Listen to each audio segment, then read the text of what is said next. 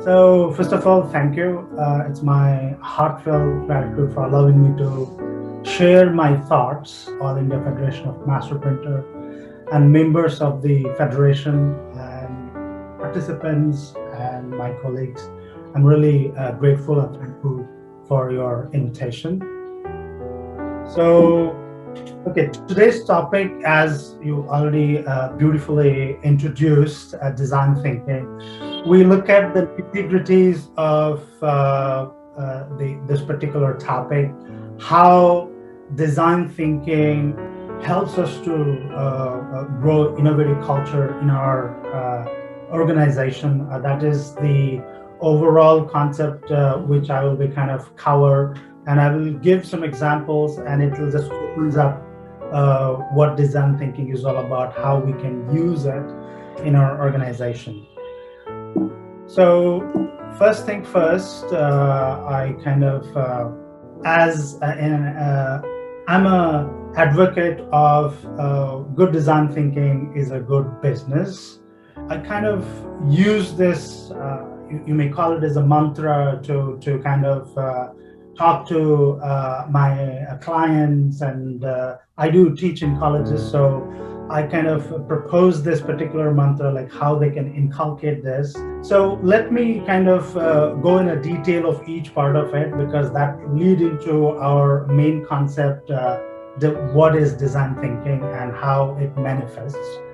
So I don't need to talk much about what is good business. We all know, obviously, being successful and growing our business, and of course, making profit. And let's look at what is good design. And again, we almost intuitively understand what is good design. But if you ask a brand manager what is good design, he might say which communicates brand value. Okay.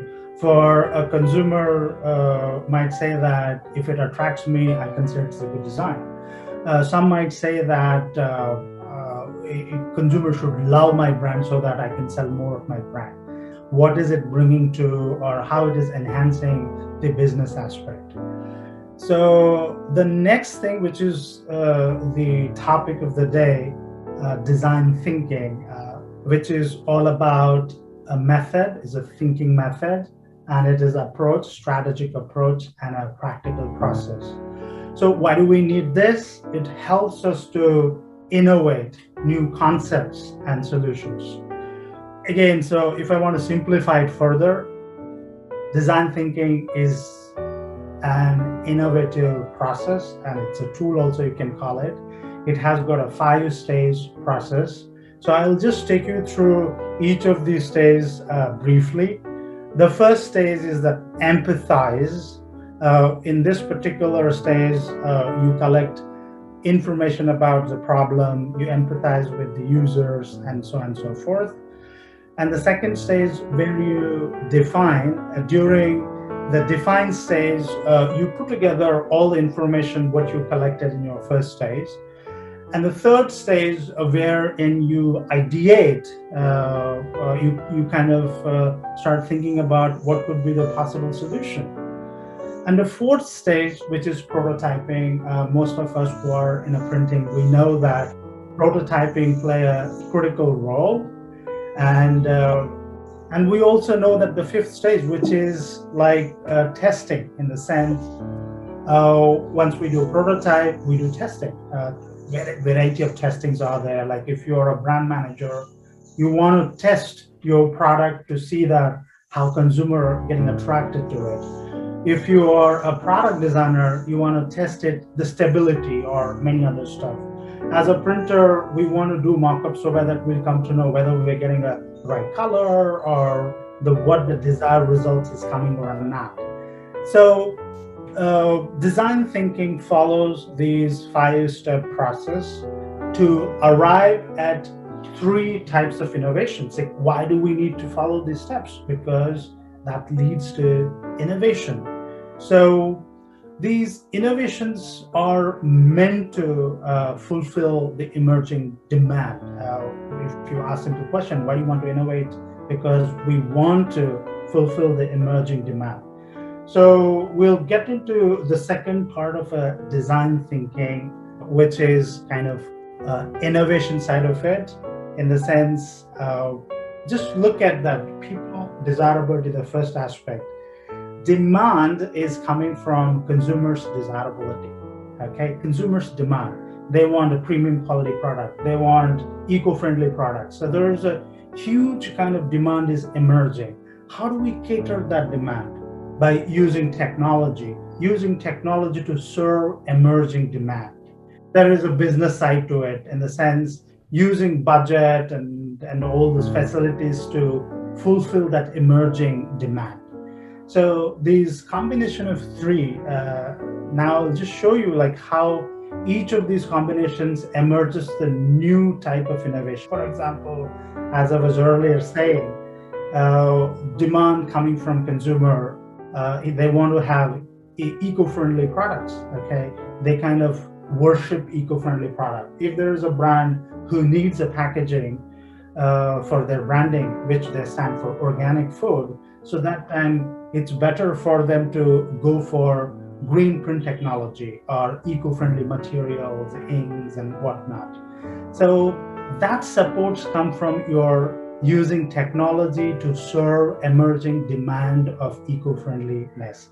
So now if you see like these combination of technology and a people desirability is leading to process innovation, as I was talking about how technology helping us to achieve certain things. In this case, this particular brand believes in organic tea. So that is their brand value. So if that is their brand value, it needs to percolate into their touch points. In this case, it is packaging. So they wanted to have eco-friendly materials used for the packaging, even printing, minimal printing, and using eco-friendly inks and so on and so forth. So you can see clearly. This is one more interesting example for a process innovation.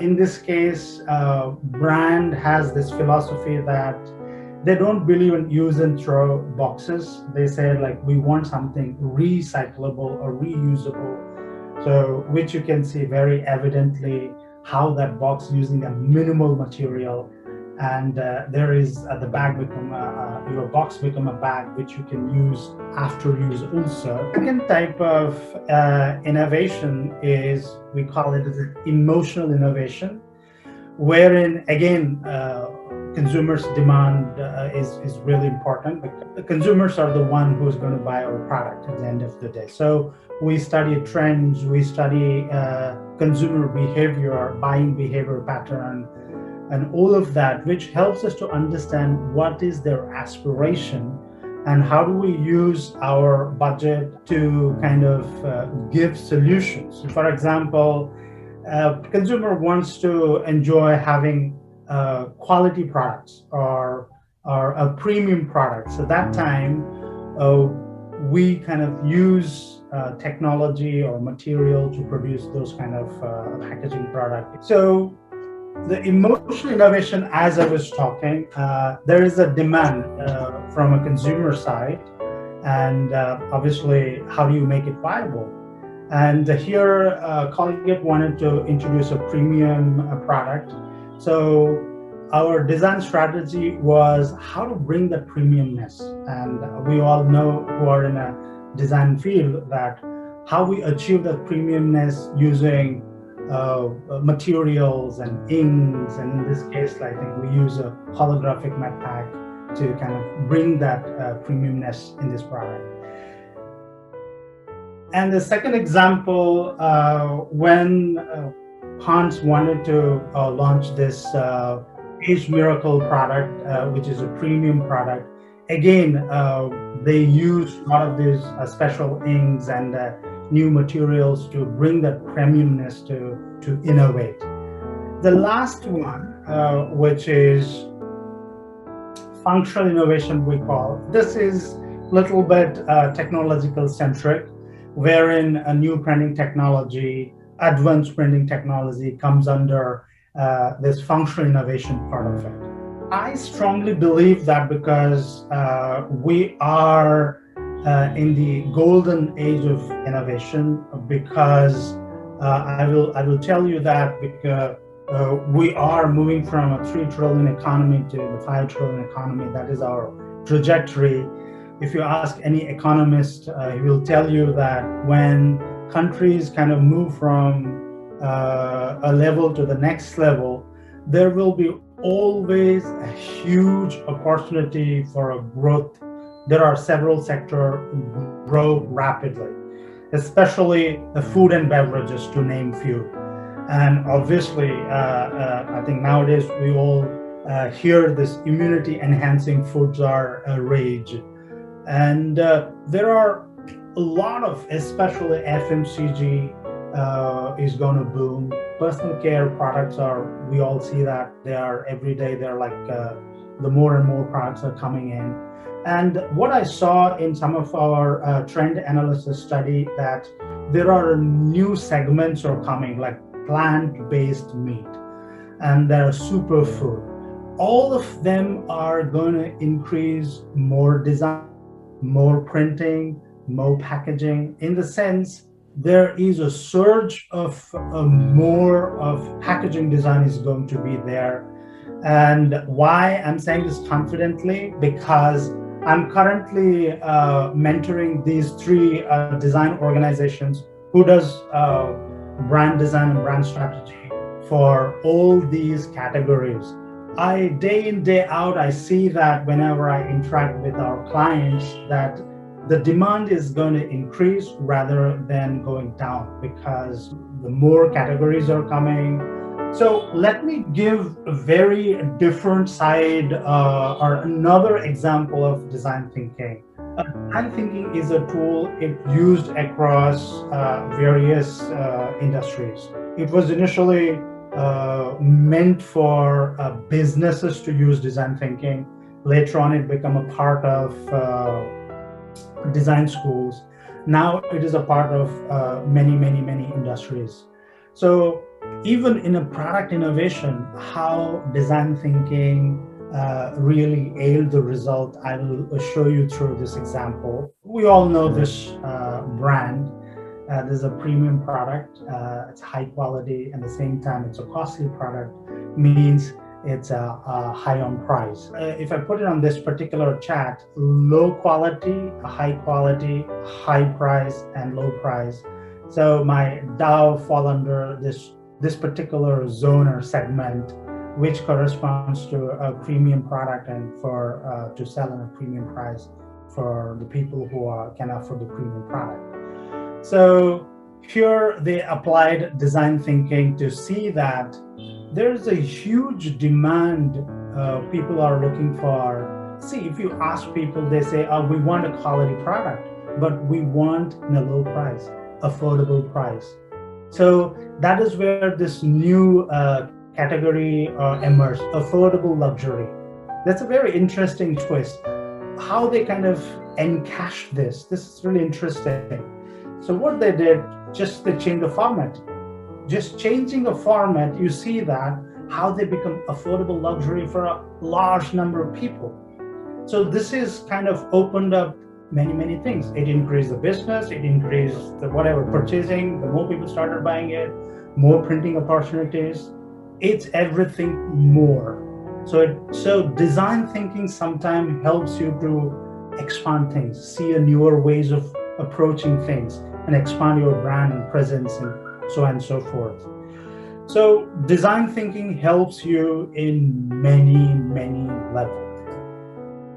And again, as I was saying, I always see my interaction with clients, my interaction with the industry, it always gives me the signal that more opportunities for printing, more opportunities for new brands, more opportunities for us, like we are a brand builder, so more brands are coming into the market. So this is very much evident. It is just in front of your eyes. Once upon a time, just one product. Today, plenty of products. So that means more business. More product means more business. More products means more design. more products means more printing. Not only just printing on a paper, but printing on a different material like a plastic and whatnot.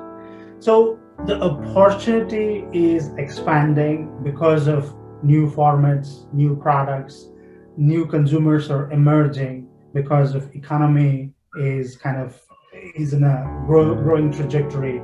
So the more aspect is kind of going to be part and parcel of the coming decades. And similar thing, you just pick up any brand 10 years ago or 20 years ago, there are one or two of this MTR. Today, like you go to the shop, it's just everywhere. So it just clearly shows demand is not receding, but demand is going up. Okay. And this is very interesting because I use this particular site to explain to client that maybe a 16-year ago, it is just one logo, just a brand with one product. Today, they're just ruling the market. In the sense, a decade ago, there may not be today, what you think is just a single brand product, after a decade become a giant. So there are many more giants are going to come in coming decades in Indian market. And I strongly believe that coming days are a golden age for printing, but with one cautious note, that is only if you keep innovating. If you don't innovate, you perish. So innovation is what makes you to flourish. So I have three rules or three suggestions how printing presses can inculcate design thinking innovation into their system. The first is focus on research and development. Okay, so for example, whether it's a small or a medium, don't worry about opening a whole department, but just see that looking at your capacity, you can just spend few hours a week just thinking about R&D. Okay, maybe you can have one-man R&D or a small place for R&D, but having this attitude to do R&D is very important, whether a small or a medium. So start inculcating this R&D attitude, bring this culture into your organization. That is going to yield a lot of good results. The second is experimenting with printing techniques. You do experiment in your printing shop and you carry those samples and show it to your prospective clients and say that these are the facilities we have, these are the things we are doing, to being in the mind of brand managers and brand owners. Okay. The third thing, again, today we are fortunate, everything is available on the internet. Building this knowledge about the new things happening, consumers, what they're demanding, what they feel premium, what they feel like a niche, like what is that eco-friendly mindset sort of a thing. It really helps you to organize your kind of R&D around these concepts as well. So finally, to sum it up, as I was earlier said, that there are three types of innovation comes out of your design thinking.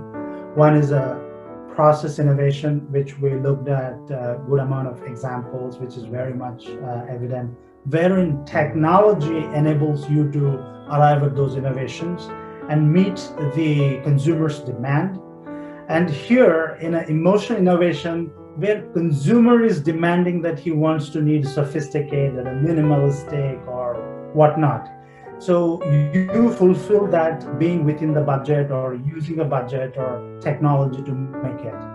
And the last one, which is the functional innovation, obviously there you will be using new printing technology, advanced printing. So that's it from my side. Thank you for inviting me to kind of share my thoughts. Thank you, sir. Yeah. Wonderful presentation, Dharam sir.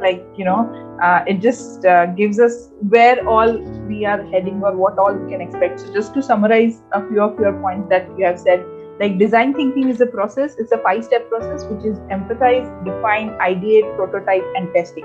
I'm sure we know all these things, but the sequence of it is something which we are unaware of, right? And this leads to 3 innovations to fulfill the current demand, such as a process innovation, emotional innovation, and functional innovation. Rightly said, golden age of innovation is here as economy is growing rapidly, especially in FMCG food. I was hearing one seminar the other day about customer experience. Like, you cannot change the product, but if you want to keep your customers to your product, you have to do something else. So what you can do, it is only the product packaging that you can change, add something to your packaging. So definitely FMCG sector is growing, and a lot of printers are going to get good jobs in like good business in coming future. Like, affordable luxury is something we also look forward to, right? So we don't want to buy from big mall, we'll just order from Amazon because it's affordable luxury. And rightly said, the sachet example is correctly said. Then again, more business, more products, more design, and more printing. Market is increasing and innovation will keep all the printers flourishing. So we have to look out for different opportunities from where we can get any business which will lead us in our own infrastructure that we have. And again, we all have to focus on the research. We have to keep on experimenting, and then of course learning the new things and keeping ourselves updated with the current trends. So thank you, Dharam sir, for giving us such a lovely examples of whatever Colgate or Ponds or that organic tea examples which you have showed. Those are really nice explanatory in itself, right? So thank you so much.